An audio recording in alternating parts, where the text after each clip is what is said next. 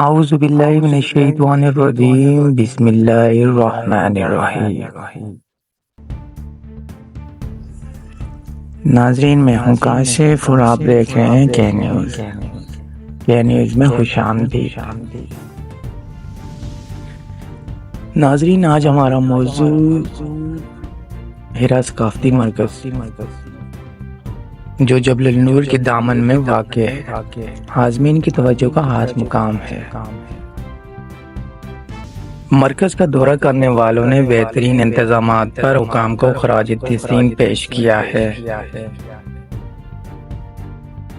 مکہ مکرمہ میں جبل النور کے دامن میں بنایا گیا ہیرا ثقافتی مرکز اپنی اسلامی ثقافتی، تاریخی اور علمی حوالے سے زائرین کی خاص توجہ حاصل کر رہا ہے۔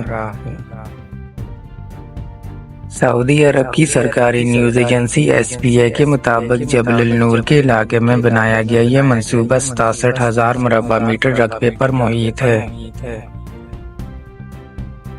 ناظرین، آپ کو بتاتے چلیں کہ ہیرا ثقافتی مرکز میں عازمین اور زائرین کے لیے اسلامی تاریخ کے آغاز اور پہلی وحی کے نزول کی کہانی منفرد خاکوں کی مدد سے بیان کی گئی ہے۔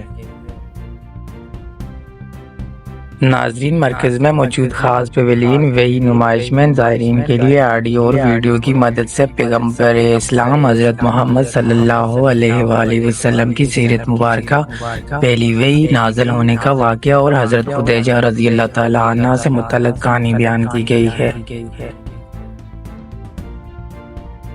ہیرا ثقافتی مرکز میں قرآن پاک میوزیم بھی بنایا گیا ہے، جہاں جدید ٹیکنالوجی کی مدد سے منفرد انداز میں قرآن پاک کی عظمت کو اجاگر کیا گیا ہے۔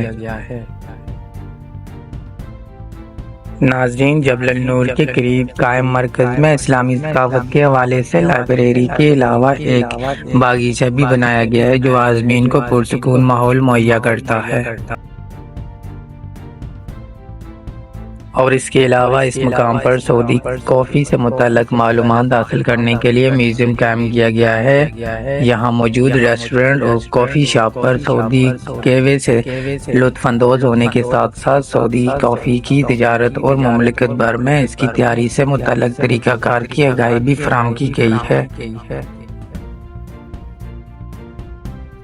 ویورز، آپ کو بتاتے چلیں کہ ہیرا ثقافتی مرکز میں رائل کمیشن برائے مکہ شہر و مقدس مقامات، گورنر ہاؤس مکہ، وزارت ثقافت، وزارت سیاحت، مقدس شہر کی بلدیہ، عازمین کی خدمات پروگرام کی جنرل اتھارٹی کے تعاون سے عازمین کو سہولت فراہم کی جاتی ہے۔